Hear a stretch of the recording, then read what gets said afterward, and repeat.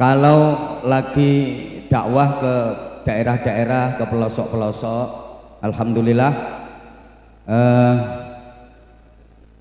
daerah-daerah di Indonesia semuanya hampir sudah pernah ulun datangi. Ulun yang paling kadak paham itu daerah kewanitaan. Itu. Kalau daerah-daerah lain udah paham. Setiap ketemu sama pimpinan-pimpinan, kepala-kepala daerah, mau kepala daerah tingkat 1, kepala daerah tingkat 2, ketemu Kapolda, ketemu Kapolres, ulun selalu berpesan, izin Bapak atau Ibu kalau melantik pejabat yang eselon di bawahnya, biasanya dilantik kemudian sumpah jabatan.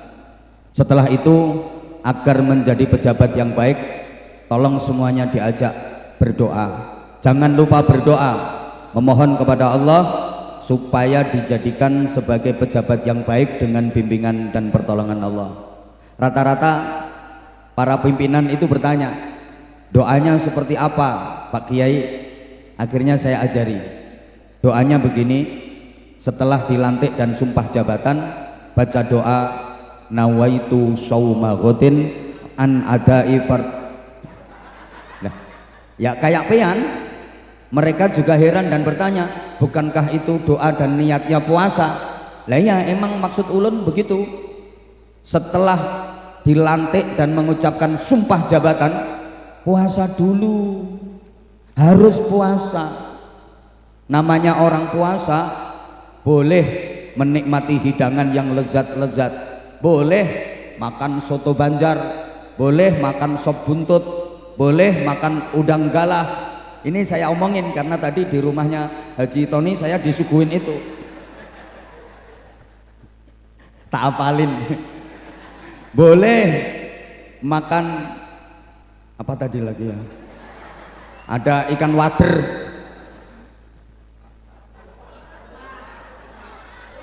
apa kalau sini namanya saluang ya, itu boleh makan babuyu, petek Jawa mesti gue. Boleh minum es buah, es dawet, tapi tunggu setelah maghrib. Sebelum maghrib puasa dulu. Namanya pejabat boleh menikmati gaji gede, tunjangan besar, fasilitas, rumah dinas, mobil dinas, silahkan, tapi tunggu setelah ekonomi rakyat terangkat, setelah perekonomian masyarakat membaik. Silahkan mau menikmati gaji yang besar, tunjangan yang gede, fasilitas-fasilitas yang lain. Enggak, kadang-kadang perekonomian rakyat masih kembang kempis, rakyat nafasnya masih Senin Kemis, pejabatnya kelimis-kelimis. Zalim itu namanya. Nggak usah ketawa penggaweanmu itu. Silakan mau narik atensi ke perusahaan mana, atensi ke perusahaan mana, silakan kalau ekonomi udah membaik. Kalau rakyat kesejahteraannya udah terangkat, harusnya seperti itu. Menijin ini meneladani Rasulullah dari segi akhlak. Ibu-ibu bayangkari harus saya sebut di awal, karena setinggi apapun jabatan suami, levelnya pasti di bawah istri.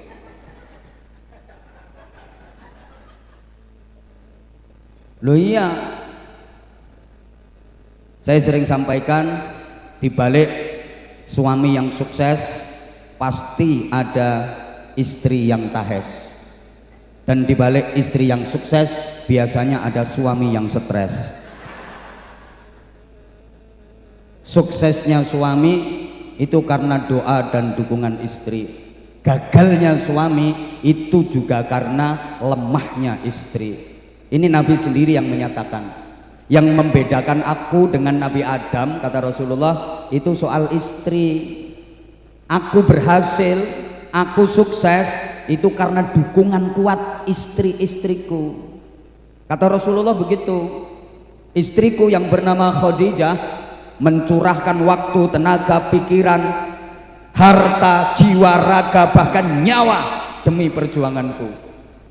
Sayyidah Khadijah istri Rasulullah yang pertama itu kaya raya dan seluruh kekayaannya ditasarrufkan untuk membackup perjuangan Rasulullah. Sayyidah Khadijah itu hartanya 600.000 awak. Itu kalau dikurskan rupiah sekarang kurang lebih 200 triliun rupiah. Melongo mesti. Pernah pegang duit 200 triliun rupiah? Wah, itu kalau dibelikan dawet. Tanah bumbu itu banjir dawet seminggu nggak satu-satu. Duitnya Sayyidah Khadijah yang 600.000 awak semuanya digunakan untuk membackup perjuangan Rasulullah. Kemudian istri-istri yang lain termasuk Sayyidah Aisyah mendampingi dalam suka duka, memberikan support, memberikan semangat, memberikan doa. Suksesku, keberhasilanku karena dukungan istriku. Gagalnya Nabi Adam itu juga karena istri. Nabi Adam dikeluarkan dari surga itu kan gara-gara istri. Betul? Gak paham ya wis ngomong betul no, urusannya biar cepet. Nabi Adam tuh awalnya ndak mau digoda sama iblis karena iblis gagal memprovokasi Nabi Adam. Ibu Hawa yang diserang, kena Ibu Hawa. Udahlah percaya sama aku, bilangin tuh suamimu. Ini aja namanya syajaratul khuldi, pohon keabadian. Kenapa dilarang makan nama Allah? Karena kalau kamu sama suamimu makan buah ini, kamu akan abadi di surga. Allah nggak ingin itu, karena rencananya Allah kamu akan diusir dari surga. Kalau pengen terus bahagia di sini, makan aja. Akhirnya Ibu Hawa kan ngerayu Nabi Adam, Mas, aku pengen apa sayang? Pengen itu. Loh, enggak boleh, itu larangan Allah. Yang lain pengen apa tak turuti, asal jangan itu. Enggak, pokoknya aku pengen itu. Enggak mau. Yang lain enggak lah. Perempuan itu kalau udah kayak gitu enggak dituruti biasanya ngancam, sayang sama aku apa enggak. Kalau udah enggak sayang bilang. Nih wong lanang wis kenek ngono ku lesok biasanya. Lemes wis. Ya wis. Akhirnya dituruti. Itu kan gagalnya Nabi Adam juga karena perempuan. Suksesnya Rasulullah juga karena dukungan istri. Maka ibu, suami itu pelupa. Suami itu sering lupa kalau suksesnya dia itu karena doa. Ibu, biar kada lupa, nanti pulang dari sini di tembok rumah tulis yang gede, wahai suamiku, suksesmu karena doaku. By your wife. Begitu suami pulang masuk rumah, lihat di tembok ada tulisan gede, dibaca, wahai suamiku, suksesmu karena doaku. Pasti suami akan menerima. Betul istriku, suksesku karena doamu. Berarti aku kalau pengen tambah sukses lagi, maka yang mendoakan aku harus tambah lagi.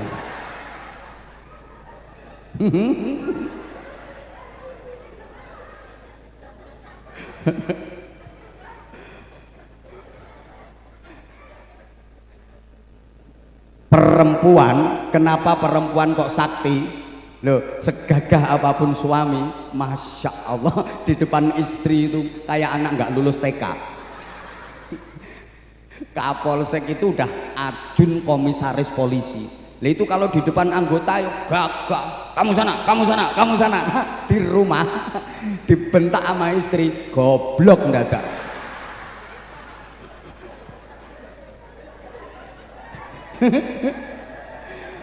Jujur Bapak, jujur, saya ini biasa ceramah di hadapan puluhan ribu ibu-ibu. Kalau lagi muslimat wilayah, muslimat cabang itu puluhan ribu perempuan, puluhan ribu ibu-ibu saya ceramai, biasa saya. Tapi coba tebak, kalau lagi di rumah saya nyeramai istri apa diceramai istri?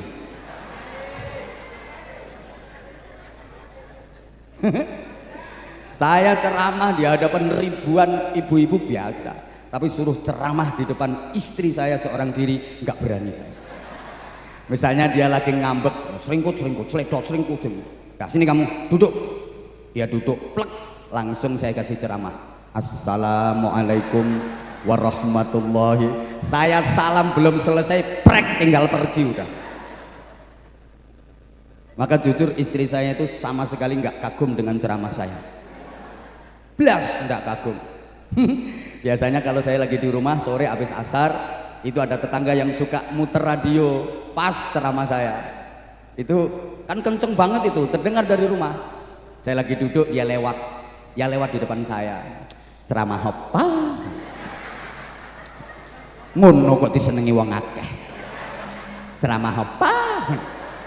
Saya jawabnya singkat, sing penting laris aku ya. Allah ya Karim. Saya juga pengen tahu kalau ada suami yang bisa ngajarin istrinya, tolong saya diinfo. Jadi kiai itu kelihatannya pinter kalau di luar, kalau di rumah ya Masya Allah udah nggak bisa dalil, nggak bisa. Misalnya istri lagi ngomel, istri itu nggak boleh suaranya lebih kenceng, lebih keras daripada suami. Dilaknat seluruh makhluk yang kena sinar matahari. Misalnya tak bilangin, Kanjeng Nabi kan wis dawuh, gak nabi-nabian. Nabi apa? Maka sekarang banyak perempuan yang lebih menonjol dibanding laki-laki. Kok ditanya menonjol apanya? Apa yang dimiliki laki-laki perempuan punya. Kalau diadu lebih menang perempuan daripada laki-laki. Laki-laki itu cuma kelihatan tampangnya aja, tampilannya aja kayaknya gagah kuat, tapi kalau diadu demi Allah kalah sama perempuan. Coba laki-laki mengandalkan ijazah, perempuan zaman ini juga punya ijazah plus wajah. 1-0. Laki-laki mengandalkan kelulusan, perempuan zaman ini juga punya kelulusan plus kemulusan. 2-0. Mulus kamu geribal. Laki-laki mengandalkan keterampilan, perempuan zaman ini juga punya keterampilan plus penampilan. 3-0. Laki-laki zaman ini mengandalkan prestasi, perempuan zaman ini juga punya prestasi plus tubuh yang seksi. 4-0. Ayo, laki-laki mengandalkan skill, oke, perempuan zaman ini juga punya skill plus sikil plus pentil. 5-0.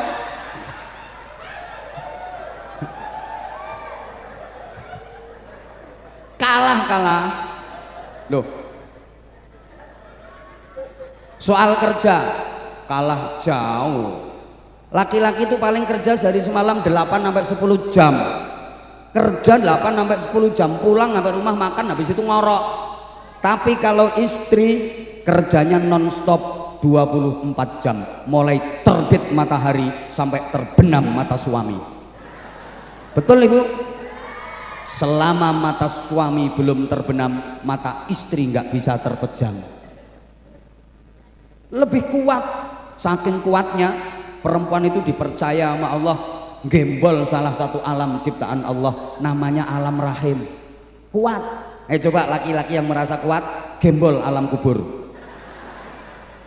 Nggak kuat. Kuat perempuan itu, saking kuatnya pabrik susu 2 dibawa sendiri. Tuh, ganal-ganal itu.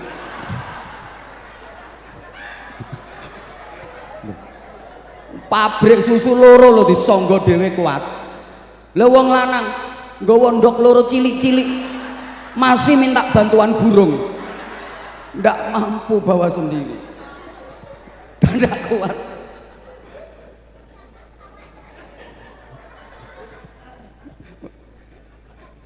Udah, maka Ibu sebentar, ini garapannya ibu-ibu dulu.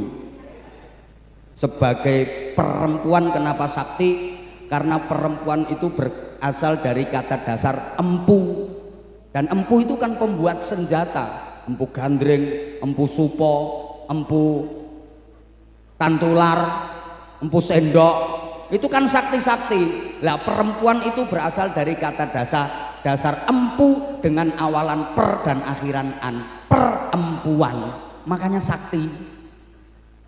Gak ngandel ya wis, iki mikire suwe.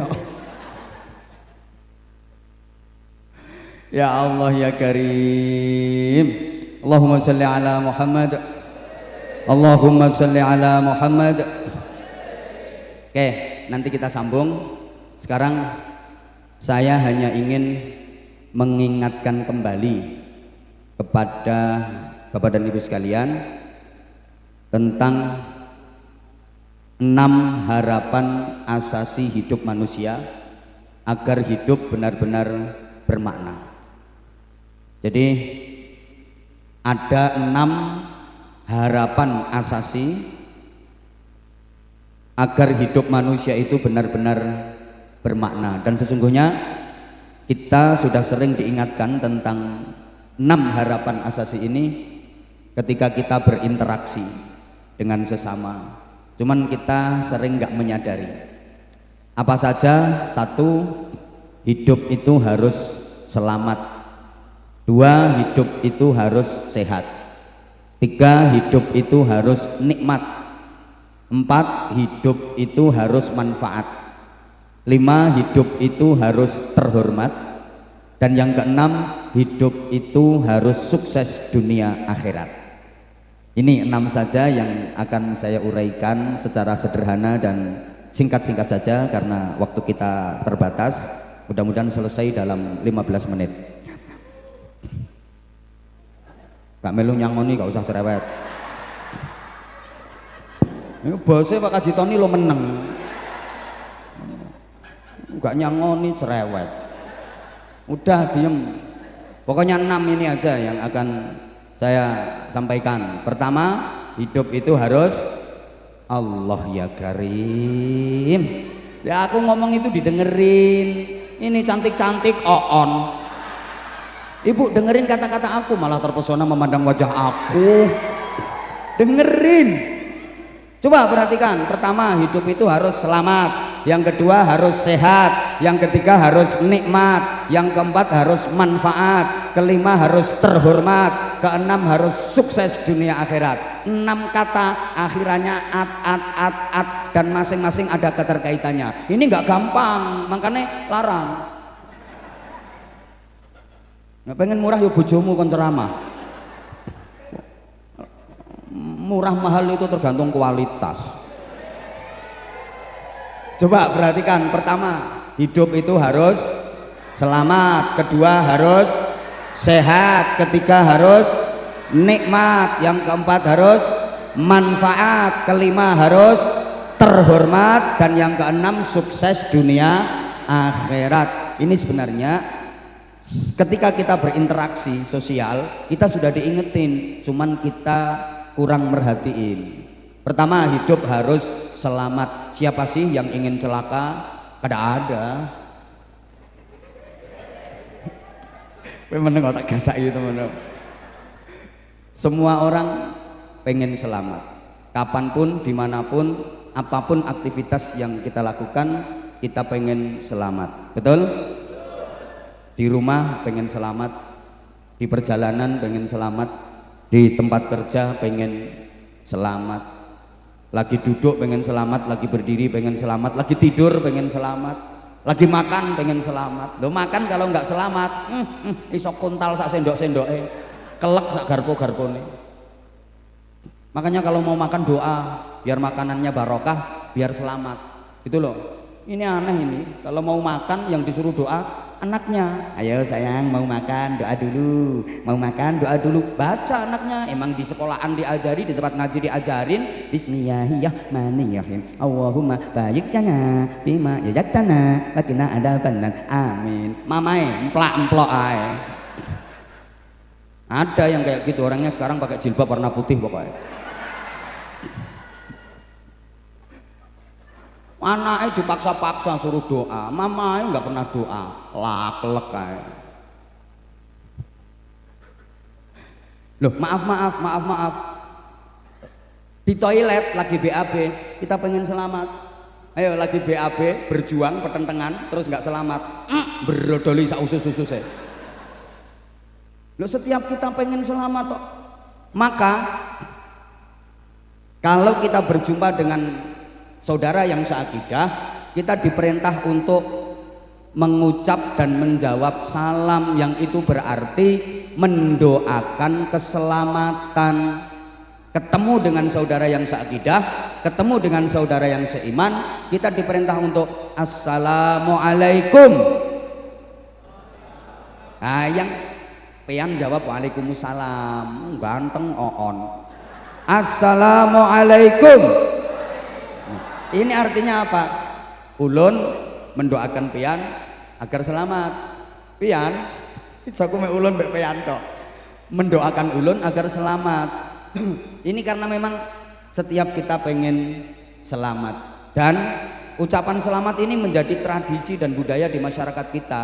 Yang ini bagus banget. Ketemu di waktu pagi, selamat pagi, betul? Ketemu di waktu siang ya selamat, ketemunya waktu sore selamat, ketemunya waktu malam ya selamat. Ini menjadi budaya. Tahun baru aja ada ucapan selamat tahun baru. Ada yang nikah kasih ucapan selamat menempuh hidup baru. Ada yang khitan kasih ucapan selamat menikmati bentuk baru. Ada yang bepergian ya selamat jalan, ketemu ya selamat jumpa, pisahan ae lho selamat tinggal.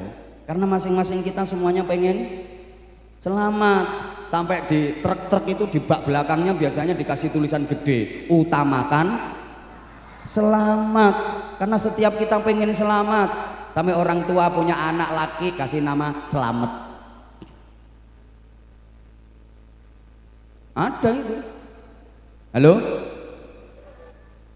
Ya, kalau Arab ya Salamun, Nur Salim.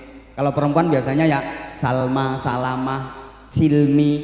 Ini kan ungkapan doa agar selamat. Masyarakat kita juga punya budaya selamatan, karena tujuannya pengen selamat. Oke, semua orang pengen selamat, tapi ternyata tidak mudah untuk mendapatkan hidup selamat. Banyak anak-anak kita yang dalam bergaulnya tidak selamat. Maaf, yang laki-laki udah mulai kena virus judi online, ngeslot. Ada yang sukanya ke karaoke, ke night club itu loh, mulai suka bahkan ada yang udah kena narkoba. Hati-hati. Narkoba ini bukan hanya penyimpangan konsumsi makanan, tapi kejahatan yang terstruktur dan terorganisir secara internasional. Saya katakan kejahatan yang terorganisir secara internasional karena ada ketuanya, ada pimpinannya, ada anggotanya, ada dananya, ada sasaran tembaknya, ada targetnya, ada evaluasinya. Bayangkan, pengedar narkoba itu hukumannya sampai pada tingkat hukuman mati, betul? Sampeyan iki polisi kok gak tegas blas, betul? Tapi peredaran narkoba itu kok nggak ada habisnya, padahal hukumannya mati loh kalau ketangkep. Kecuali backingnya kuat. Hukumannya mati, tapi peredarannya kok nggak berhenti-berhenti, ya karena terstruktur dengan baik secara internasional, pengen merusak generasi bangsa. Awas, hati-hati. Banyak anak-anak perempuan yang dalam bergaulnya juga tidak selamat, terkena imbas pemilu, perkawinan hamil dahulu. Kalau orang Jawa bilang tengkek biri meteng dikek rabi kari. Ada pejabat yang tidak selamat. Ada apa enggak? Ada apa enggak? Waduh, bahkan di pundaknya udah bintang 2, bintang 3, ndak selamat. Apa maneh pangkatmu sik rengget-rengget.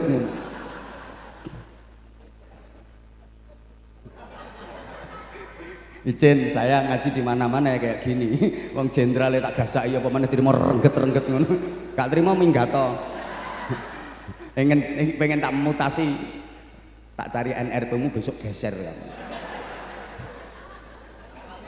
Lho wong saya mutasi Kapolres saja bisa, apa maneh terima Kapolsek enteng. Mungkin jalure langsung pusat kok.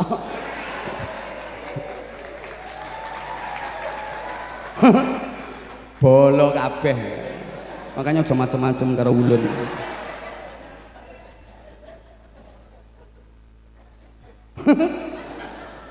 Meneng kok. Loh, banyak kok pejabat yang nggak selamat. Baru menjabat 2 bulan tangkap KPK. Loh. Tuh makanya kita harus berikhtiar maksimal agar selamat.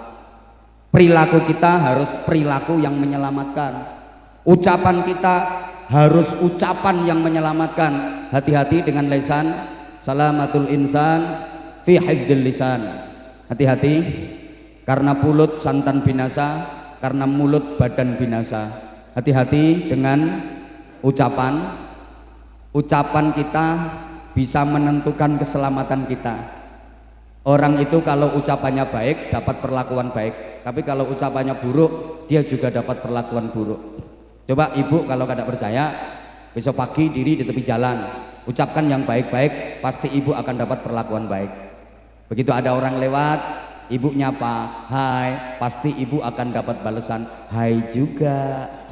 Ada orang lewat lagi, ibu ucapkan yang baik, pagi, pasti ibu dapat perlakuan pagi. Bahkan ada turis orang asing lewat, ibu kasih ucapan morning, ibu juga akan dapat perlakuan morning too gitu. Ada orang lewat, ibu kasih ucapan assalamualaikum. Ada yang lewat lagi, kasih ucapan yang baik assalamualaikum. Ada yang lewat lagi, kasih ucapan yang baik assalamualaikum. Ada yang lewat lagi assalamualaikum, pasti ibu akan dapat perlakuan waalaikumsalam, waalaikumsalam, waalaikumsalam, waalaikumsalam, waalaikumsalam.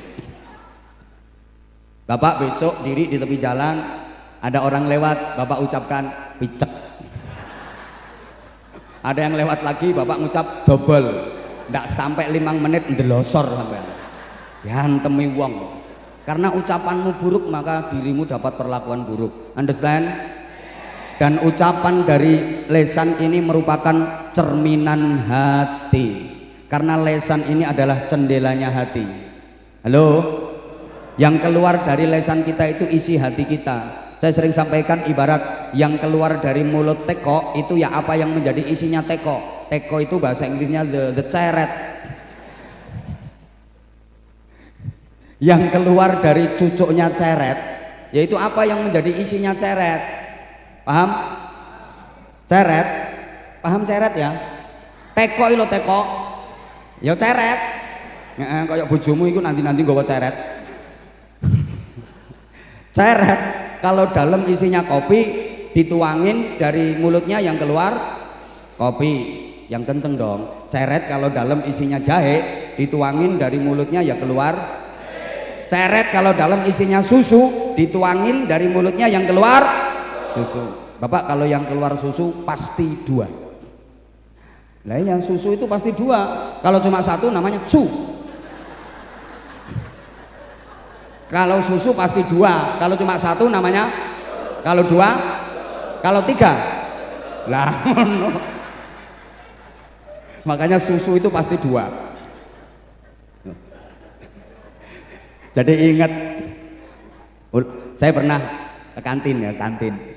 Saya kalau lagi ngopi nyantai itu di tengah perjalanan ngaji biasanya kan mampir ke kantin, ke warung gitu, nyantai, nyamar bapak, pakai celana, pakai kaos, kacamata hitam, topi ambles, nyamar bro, nyamar.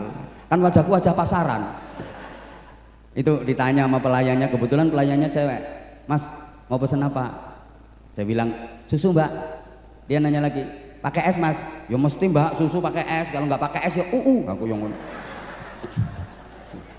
Lah yang susu itu pasti pakai es, kalau nggak pakai es namanya kayak nasi bebek harus pakai B, nasi bebek, kalau nggak pakai B jadi nasi.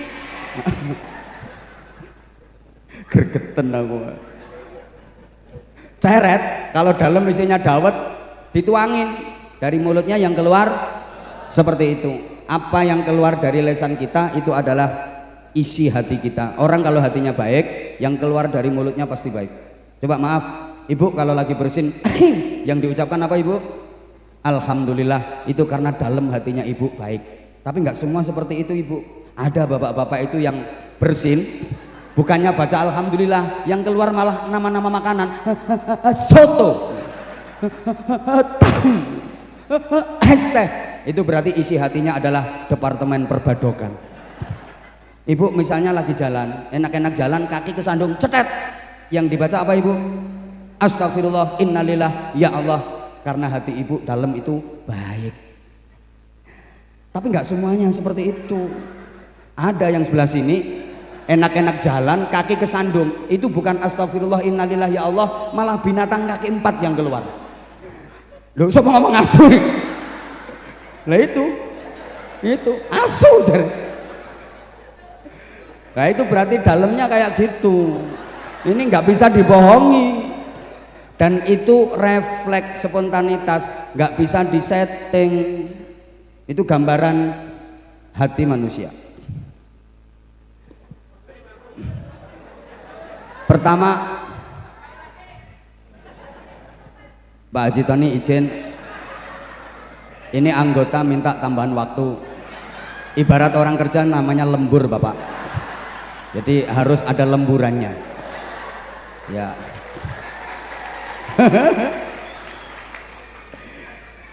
Jadi pertama, hidup harus selamat. Hati-hati, selamat tidaknya kita banyak ditentukan oleh kitanya sendiri.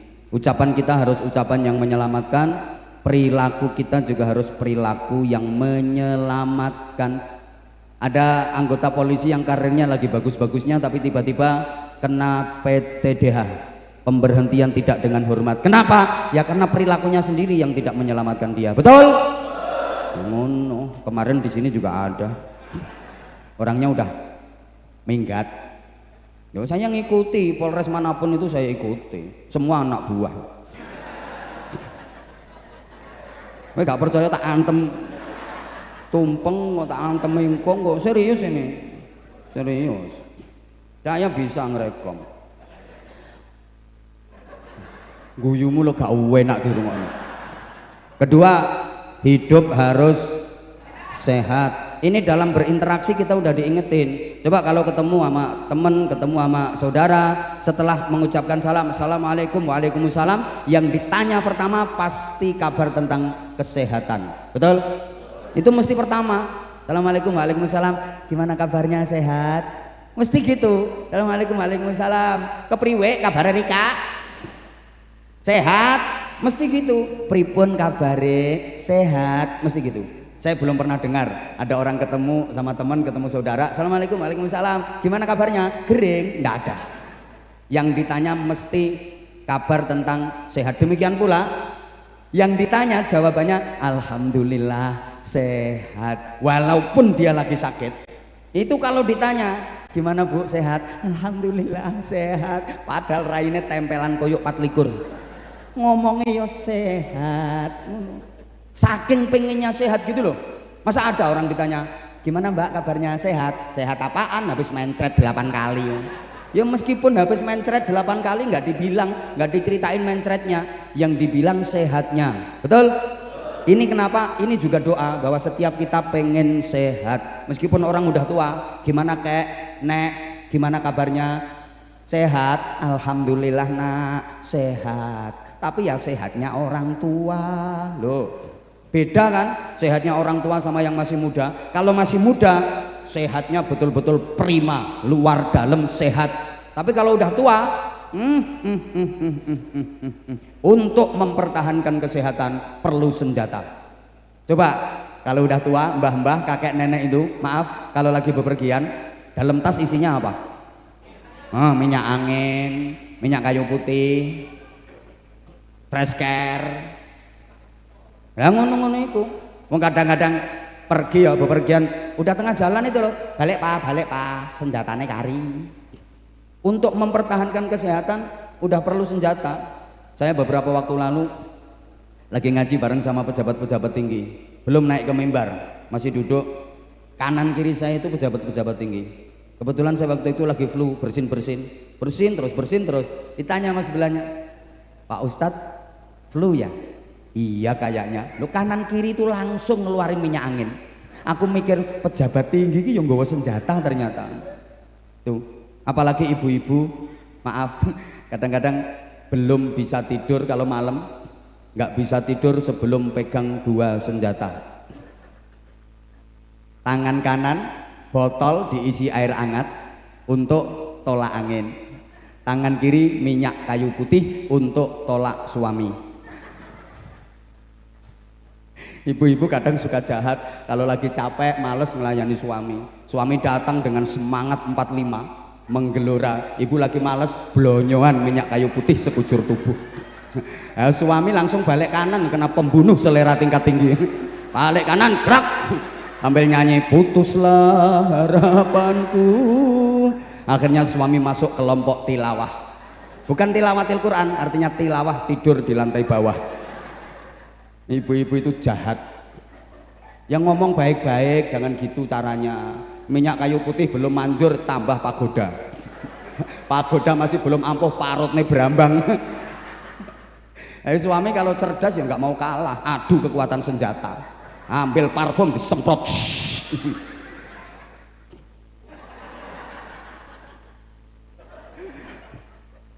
Maka kita harus sehat. Karena sekuat apapun iman, kalau nggak sehat ibadah nggak bisa sempurna. Imannya kuat tapi nggak sehat, sholat nggak kuat berdiri. Iman kuat tapi nggak sehat, puasa nggak kuat, nggak mampu menjalankan ibadah haji. Ibadah nggak bisa sempurna. Maka yang kita konsumsi harus menyehatkan. Perilaku kita harus perilaku yang menyehatkan. Allahumma sholli ala Muhammad. Dan semua ibadah yang disyariatkan dalam Islam itu menyehatkan kalau kita kerjakan dengan baik dan benar. Nih, jadi sehat harus kita ikhtiari. Halo? Orang sakit itu karena beberapa hal. Satu, pola makan. Dua, pola pikir. Tiga, pola hidup. Empat, kakean pola. Nah, yang paling banyak itu yang nomor 4 itu, kakean pola. Itu yang bikin orang sakit. Maka sehat itu meliputi 5 hal: fisik, psikis, sosial, kultural, and spiritual. Understand? Ibu-ibu kalau saya bilang understand, ibu jawab yang kenceng yes gitu. Saya ulang, understand? Kenapa kalau saya ngomong understand ibu-ibu harus yes? Sebab understand itu bahasa Inggris berasal dari 2 kata, under dan stand. Under artinya di bawah, stand artinya berdiri. Jadi kalau yang di bawah sudah berdiri, ibu-ibu harus yes gitu. Ibu understand? Nah gitu. Kok ketawa? Tanya guru bahasa Inggris. Under itu artinya di bawah, stand artinya berdiri. Jadi kalau yang di bawah sudah berdiri, ibu-ibu harus yes, nggak boleh no.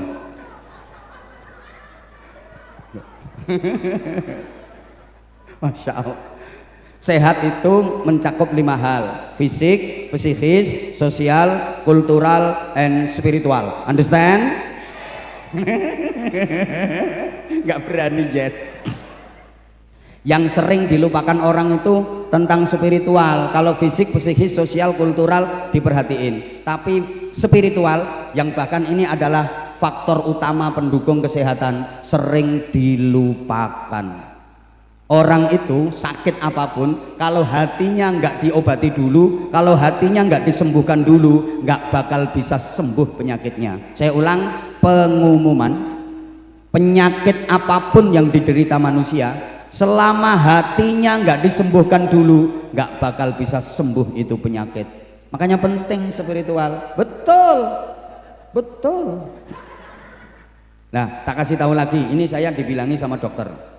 Dokternya ahli, spesialis. Saya percaya kalau soal kesehatan yang ngomong dokter, saya percaya. Kayak soal hukum agama yang ngomong ulama, saya percaya. Nah, soal hukum agama saya ngomong dirimu, gak percaya belas aku. Kalau soal Kamtibmas yang bicara polisi, saya percaya. Kayak gitu loh. Ini saya dibilangin sama ahli kesehatan.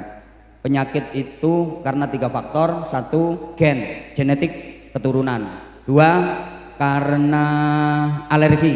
Ada alergi luar, ada alergi dalam. Ini faktor makanan. Yang ketiga karena pikiran dan hati. Kemudian diteliti penyakit sebab keturunan itu cuma 10%. Jadi penyakit karena genetik itu hanya 10%, jangan takut berlebihan. Terbukti misalnya orang tuanya ada diindikasi punya penyakit genetik, itu punya anak 5, paling yang kena penyakit cuma 1, yang 4 enggak. Punya anak 10, paling yang kena penyakit itu ada 2, yang 8 enggak, gitu loh. Makanya jangan takut berlebihan. Kadang takut berlebihan. Mbak, katanya mau ngambil menantu itu anak, Mbak. Iya, harinya udah jadi. Kalau bisa dibatalin, apa nggak ngerti itu bapaknya kenceng manis. Pasti anaknya kencing kecut. Nggak bener itu. Kadang masyarakat kita itu jahat. Kalau ada orang yang disinyalir diindikasi punya penyakit apa keturunan terus dikucilkan. Bayangkan misalnya yang kena penyakit itu kita atau keluarga kita terus dikucilkan masyarakat, kayak apa perasaan kita? Gitu loh mikirnya. Penyakit karena makanan, alergi luar, alergi dalam itu 15%. Maka juga jangan takut berlebihan. Misalnya sakit ini nggak boleh makan ini, nggak boleh makan ini, nggak boleh makan ini. Sebenarnya nggak apa-apa. Yang penting halalan thayyiban. Islam nggak ada larangan, Rasulullah juga nggak pernah melarang. Silahkan. Misalnya asam aurat, katanya nggak boleh makan udang lah, nggak boleh makan kepiting lah, nggak apa-apa. Yang penting halalan thayyiban dan jangan berlebihan. Jangan berlebihan. Yang bikin sakit itu berlebihan. Jangankan orang sakit, orang sehat aja kalau berlebihan bahaya. 2, setelah makan nggak usah cek, nggak usah periksa. Ngonek periksa ya konangan gitu. Nggak apa-apa sebenarnya. Yang penting jangan berlebihan. Jakake. Nah, penyakit sebab pikiran itu 75%. Jadi banyak orang sakit-sakitan itu bukan karena genetik, bukan karena faktor makanan alergi, tapi karena terlalu banyak pikiran. Halo. Akeh wong gering, gak mergo turunan, gak mergo panganan, tapi mergo pikiran. Orang itu kalau kebanyakan pikiran, atine susah. Kalau hatinya susah, sarafnya kaku. Kalau saraf udah kaku, penyakit gampang masuk, terus sakit, terus diem, terus mati. Berasal dari terlalu banyak pikiran. Makanya saya itu gak pernah melihat ada orang gila kok batuk, bersin, itu saya gak pernah melihat. Sehat-sehat, padahal kehujanan, kepanasan, dirubung laler. Orang-orang gila sing keleleran di jalan-jalan itu loh, sehat-sehat, batuk enggak, pilek enggak. Kemarin waktu Covid merajalela, orang gila itu 0%. Nggak ada yang kena Covid, sehat-sehat. Kenapa? Ya karena nggak banyak pikiran. Makanya kalau Anda pengen sehat, silahkan. Lah ini terus diteliti lagi. Laki-laki sama perempuan itu umumnya lebih dulu mati laki-laki.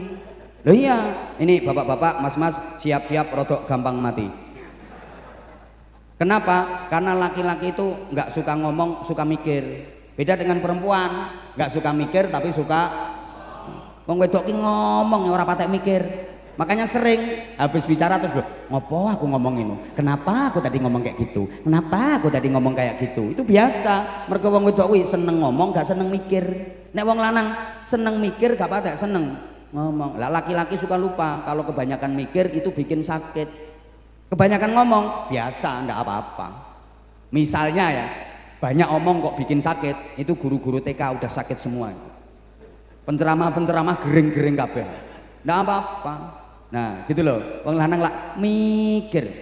Lewat jalan sama istri, ngelihat ada rumah bagus, terus istrinya ngomong, "Mas, ya, Papa, rumah itu bagus ya, Papa ya." Wong lanang mikir, "Ayang." Tapi bisa jawab, "Iya, bagus." Istri nanya lagi, "Rumah bagus itu jatuh dari langit ya, Pak ya?" Ya enggak, bangun. Yang bangun siapa, Pak? Tukang. Papa kok enggak datengin tukang? Enggak ada tukang nganggur. Jawabnya ya tas-tas tapi pikirannya ngenes. Mikir. Itu. Perempuan istri gitu, diajak main ke rumah saudara, lihat aja meja kursi bagus, nggak mungkin diem. Pak, kursi ini bagus ya Pak ya? Ya bagus. Ini dapatnya dari mana Pak? Beli. Belinya di mana Pak? Toko mebel.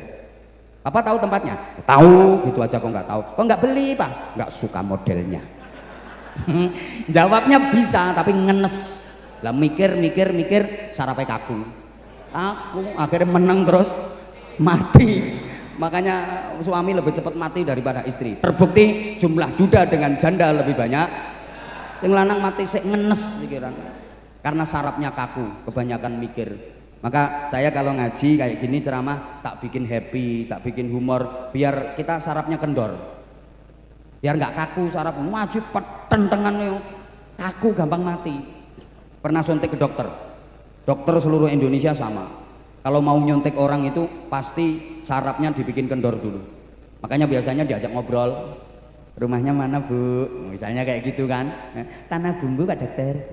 Sambil diisik-isik bokongnya ini. Pakai kapas itu, nyes-nyes itu loh. Tuh nyiut nih bokong. Oh ini masih kaku ini. Diajak ngobrol lagi. Anaknya berapa Ibu? 6 Pak Dokter. Loh kok banyak? Iya. Cus. Jadi dokter mau ngecus itu nunggu pasiennya. Orang kalau ketawa itu sarafnya kendor. Kalau saraf kendor, pantat empuk. Ini dicubles enak. Cus. Obat masuk rata ke sekujur tubuh, sembuh. Lah orang kalau cemberut, betutut, itu sarafnya kaku. Kalau saraf kaku, ini pantatnya atos. Cublesannya alot. Kadang jarumnya sampai bengkong. Akhirnya dokter pakai tangan dua, keretek cetok.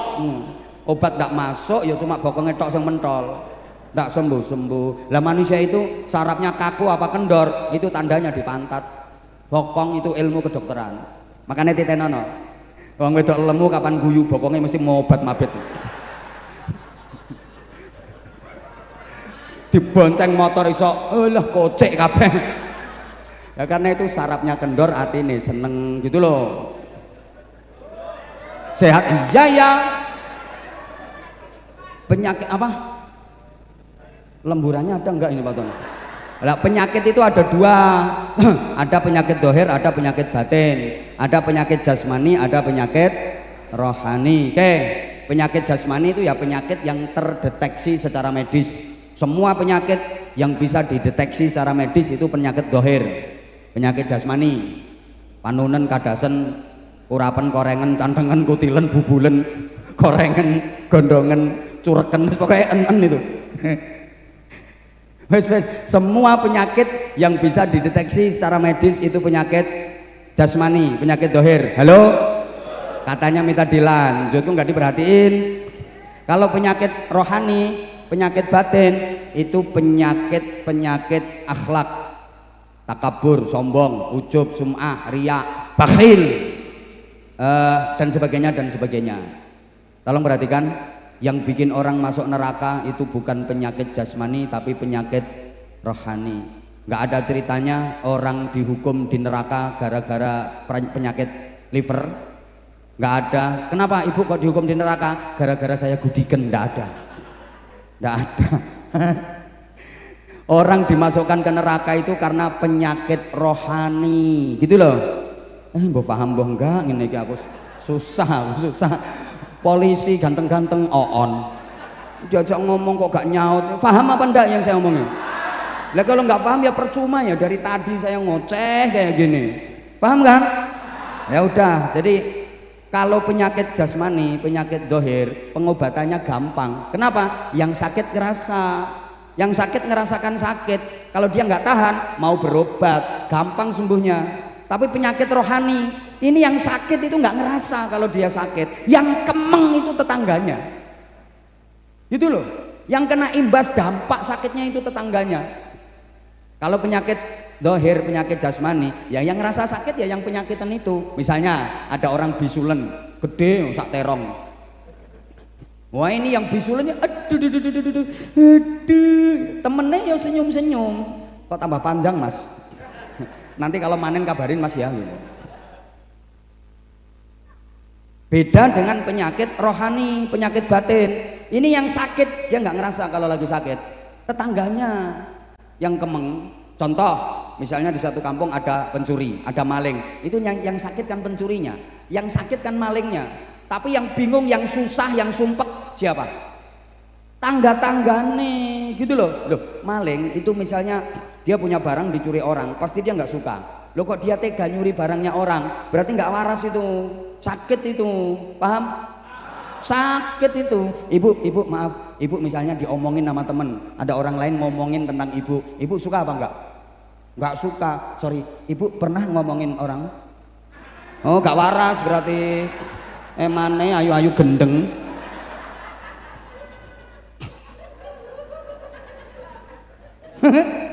Ayu-ayu edan. Loh, ibu kalau diomongin orang ibu nggak suka, kenapa masih ngomongin orang? Berarti kan nggak waras.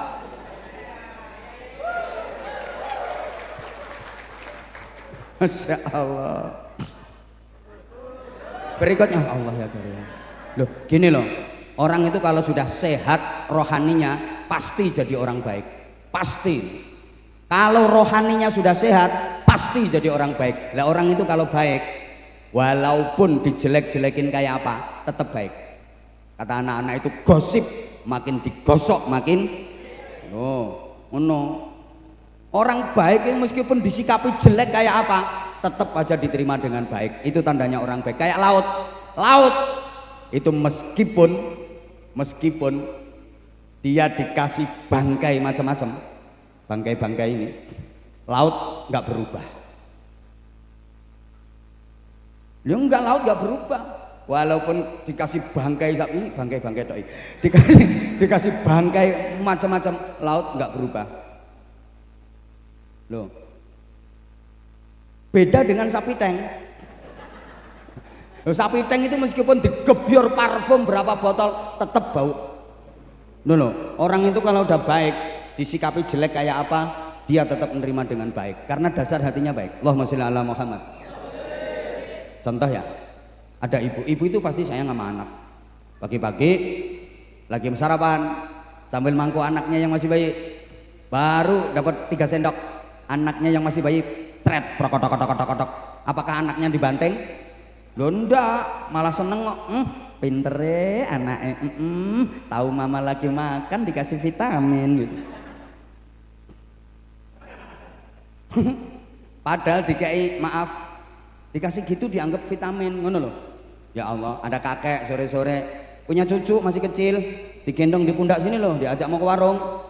Baru dapat 3 langkah, putunya kencing, nggak mungkin putunya dibanting, putu kurang ajar banting nggak mungkin, malah seneng kok tahu ya kalau kakeknya belum mandi, dimandiin, dikencingi loh, dibilang dimandiin, karena hatinya baik, paham?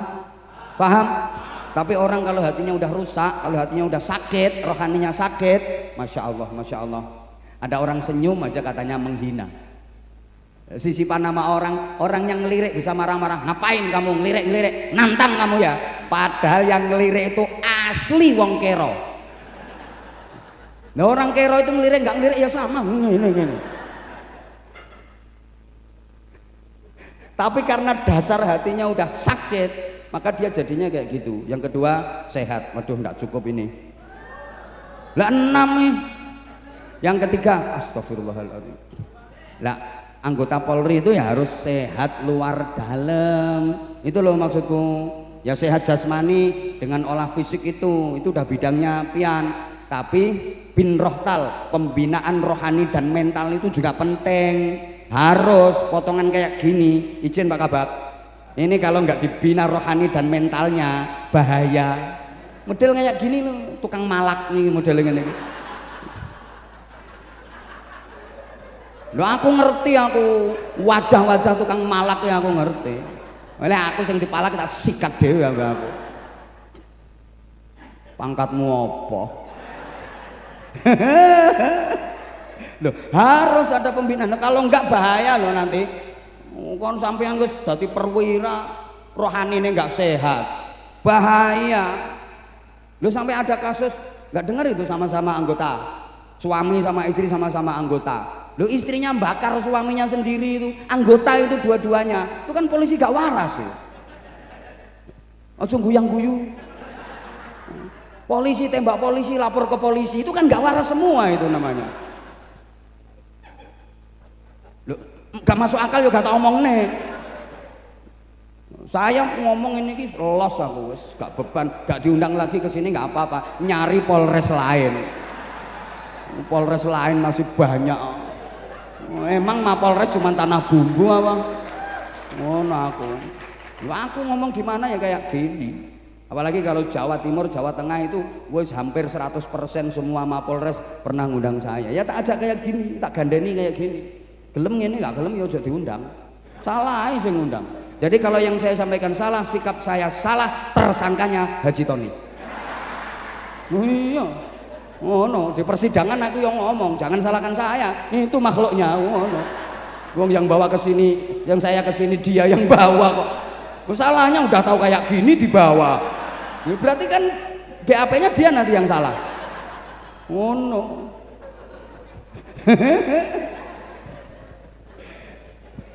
Udah sekarang nomor 3. Loh, ini harapannya anggota itu sehat semua gitu loh. Ya sehat jasmani, sehat rohani. Dah. Yang ketiga sekarang hidup itu harus nikmat.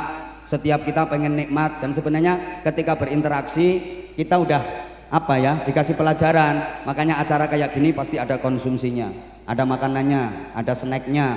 Ini untuk menguji kenikmatan. Saya ngaji itu ya saya baca dari yang sekarang terjadi aja. Ini semuanya apa ngedep kotaan itu alat penguji kenikmatan. Gimana Bapak Ibu masih bisa merasakan nikmat? Masih bisa merasakan nikmat? Alhamdulillah, karena banyak yang udah tidak bisa merasakan nikmat. Ada loh ya, ada dikasih makanan macam-macam udah takut.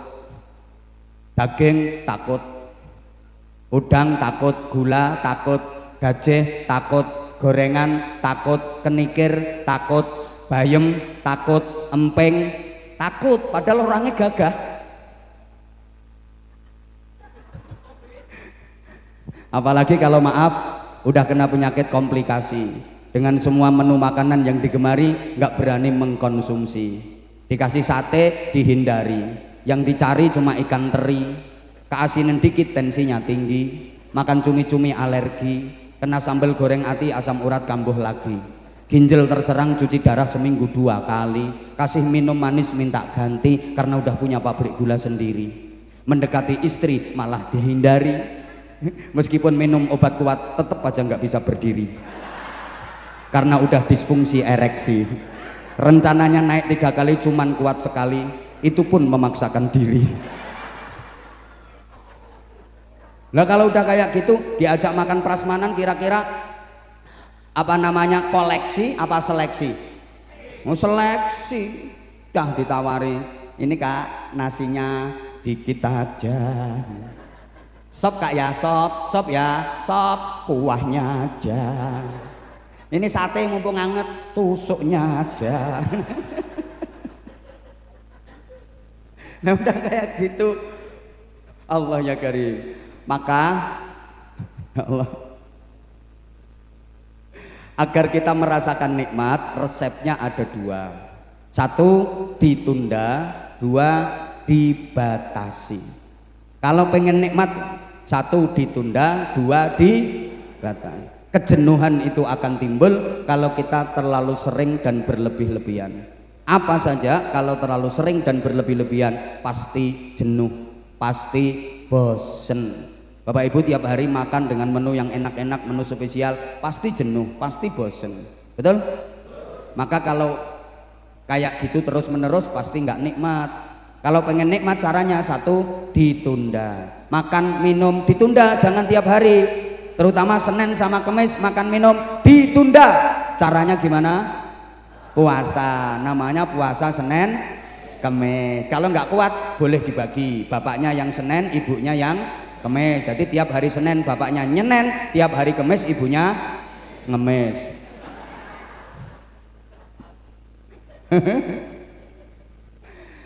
Itu ditunda. Nah nanti kalau buka puasanya dibatasi, jangan over.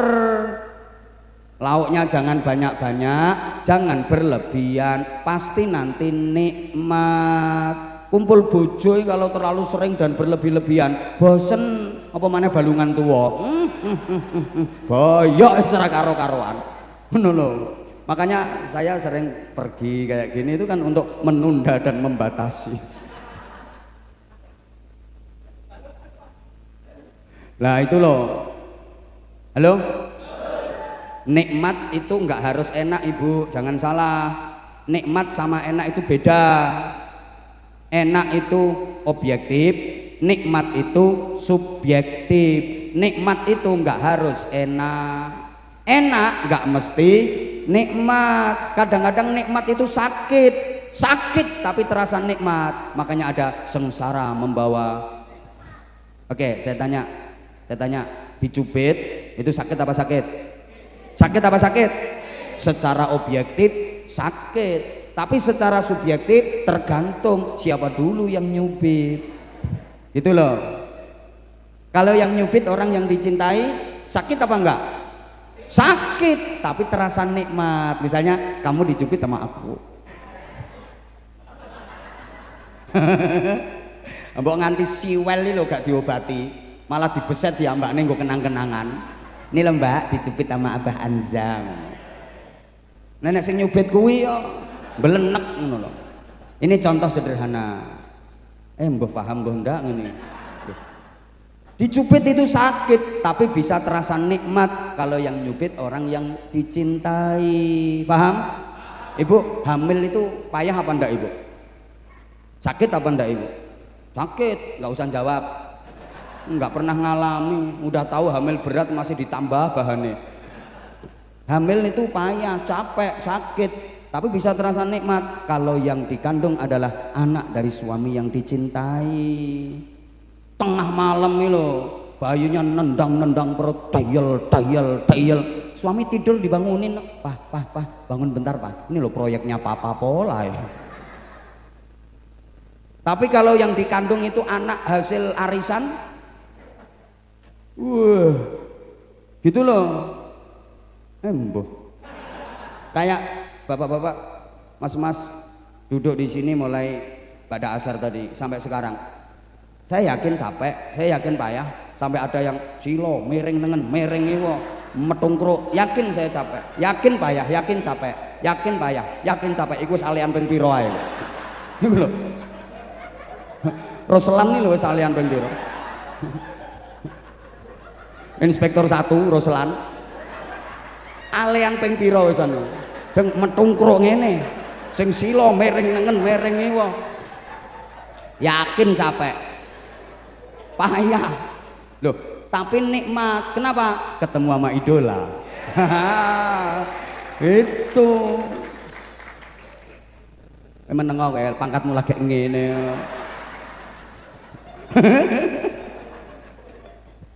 Ya Allah, saya kalau sama anggota itu suka canda, suka guyon kayak gini. Makanya Kapolres itu kalau sama saya akrab semua.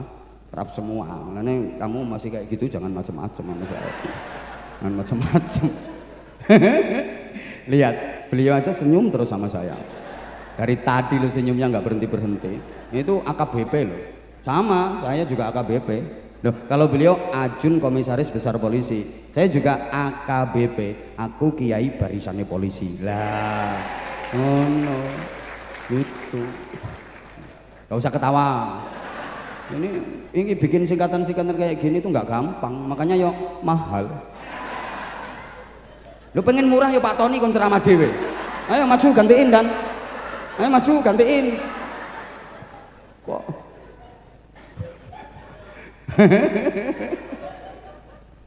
Masya Allah. Loh, nikmat itu kadang-kadang ada pada rasa sakit tapi nikmat. Ada seorang laki-laki, dia sakit lumayan parah sampai opnam di rumah sakit berhari-hari. Tapi dia merasa nikmat. Begitu udah sembuh diajak pulang sama keluarganya, dia nggak mau. Diajak pulang nggak mau, padahal udah sembuh. Kenapa? Dia lebih merasa nikmat di rumah sakit karena dia lagi jatuh cinta sama perawatnya. Dibilangin kok kadang sakit tapi terasa nikmat. Dikasih sakit jadi deket sama Allah, banyak berdoa, banyak berzikir. Tadinya kalau sehat omongannya itu kotor jelek kadang-kadang begitu sakit langsung ya Allah, ya Allah, astagfirullah, subhanallah, subhanallah, subhanallah, subhanallah. Dia merasa nikmat banyak berzikir, padahal ketika sehat omongannya itu loh. Jadi kadang-kadang sakit itu nikmat. Maaf, makan di restoran mewah lebih enak daripada makan di tengah sawah, tapi boleh jadi lebih nikmat makan di tengah sawah. Betul? Nah, betul loh, potonganmu gak tahu no restoran mewah. Duit sendi kok no restoran mewah. Lo makan di restoran mewah segala menu ada, kadang-kadang nggak nikmat, baru oleh rong sendok keselak karena dia dengar ada orang batuk dari belakang. Suaranya persis wong sing diutangi. Ya keselak kok. Ngono lho. Wes. Yang keempat, jam 6 misalnya. Manfaat sekecil apapun, asal manfaat ayo kita lakukan sesuai dengan profesi masing-masing. Kalau kiai itu ibadahnya ya wiridan, pikiran, doa, guru ya intisarul ilmi, tentara ya pertahanan, polisi ya kamtipmas, pengamanan, ngono, guru pengajaran, penceramah, pengajian, sesuai dengan profesi masing-masing. Kiai doa, wiridan, muter tasbih, sulastri, doa ya Allah ya Rahman ya Allah ya Rahim ya Allah ya Rahman ya Allah ya Rahim, no ya Razak ya Fatahu ya Alim ya Fatahu ya Alim, itu kiai. Ya Allah ya Hadi ya Alimu ya Khabir ya Mubin. Lama-lama ya dana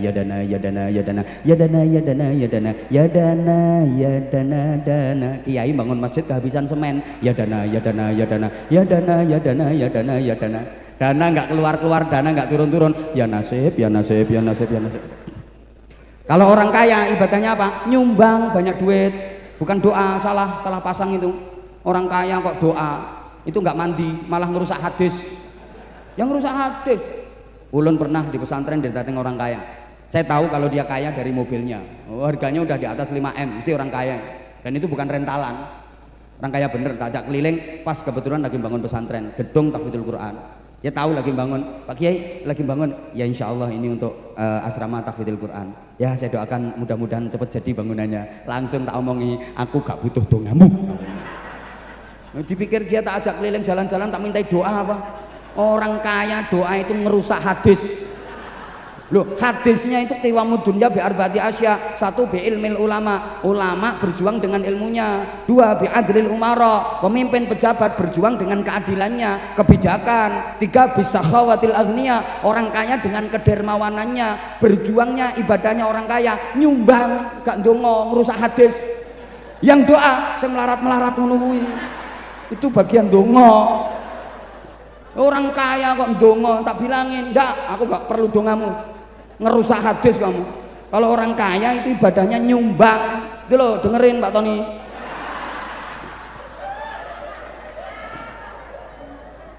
Pak Tony ndonga gak mandi blas, mandi sing melarat-melarat ngono. Lah makanya Pak Tony suka bantu yang miskin-miskin. Itu nanti yang miskin dibantu kan otomatis doa. Lah itu kecipratan dongane wong melarat. Ngono carane. Makanya kiai-kiai itu politiknya, kiai yang kaya itu suka nampung santri-santri miskin terus digratiskan. Karena kiai itu sadar dia kaya, doanya nggak mujarab, doanya nggak mustajabah. Makanya nampung santri-santri yang miskin, itu yang dongane mandi-mandi, nah kiai kesetrum dongane santri yang melarat-melarat. Politik itu aslinya. Loh, dibilangin, lah kalau kamu banyak hutang, ibadahnya apa? Kerja keras, nyari duit. Jangan salah, hutang banyak pengen lunas ke masjid. Sewaktu-waktu di masjid terus, lunas enggak hutangnya? Lunas apa enggak? Lunas nek nyolongi kota amal. Oh no. Ya jangan salah gitu loh. Jadi ibadah sesuai profesi. Izin kayak Kapolsek, ibadahnya ya Kamtipmas, wilayah hukum, wilayah hukumnya kondusif, aman, terkendali. Itu ibadah yang paling berpahala. Misalnya Pak Tony tiap hari menginstruksikan kepada anggota wajib puasa tiap hari. Ini malah anggota Polsek mana Pak Tony? Hah? Simpang 4 lemes semua.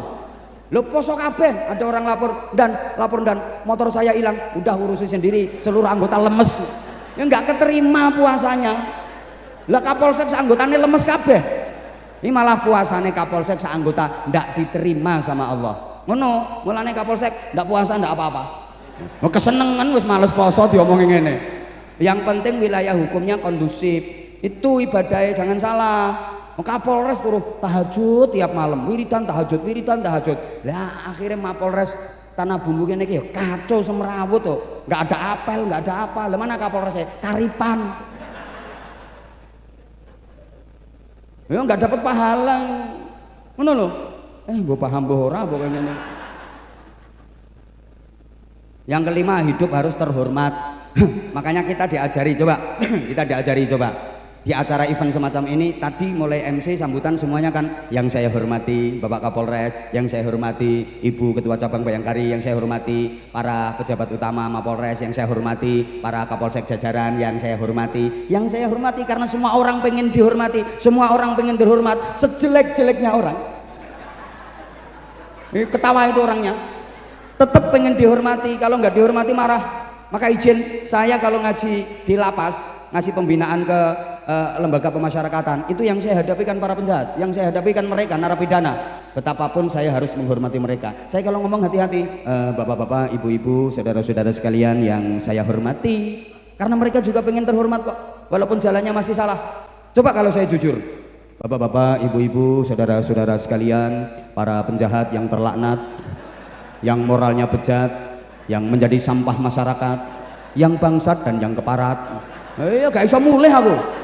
Bisa dilempar sandal, diantem watu, diantem kursi. Saya tetap yang saya hormati, mereka juga pengen dihormati kok. Halo? Bahkan ketika saya ngasih pembinaan di lokalisasi, itu yang saya hadapi PSK, perempuan suka konoan. Itu pelacur, disumpeli alat mancur itu. Biasa disebut WTS, wadah titip senjata. Walaupun yang saya hadapi perempuan-perempuan nakal, saya ngomongnya ibu-ibu dan mbak-mbak sekalian yang saya hormati. Coba kalau saya ngomong ibu-ibu dan mbak-mbak sekalian, para lonte-lonte, juga para begenggek-begenggek yang sudah nyenyek, sudah lecek, ya, dicamah aku diumpah-umpah. Ya kalau cuma dicamah diumpah-umpah, kalau ditawari, ayo. Ayo Pak Ustadz, untuk Pak Ustadz diskon 50% ya. Kayak kacau. Siapa ngomong mangkat no? Oh ketoro langganan no. Apa Sunardi? Oh Sumardi. Asli ketularan Roselan. Kok iso mangkat lho.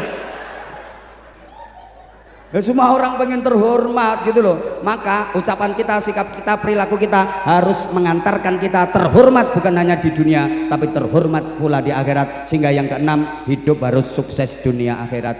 Ini terungkap dalam doa sapu jagat, Rabbana atina fid dunya hasanah wa fil akhirati hasanah wa qina adzabannar. Kalau hanya sukses di dunia rugi, karena di dunia itu nggak lama, temporer.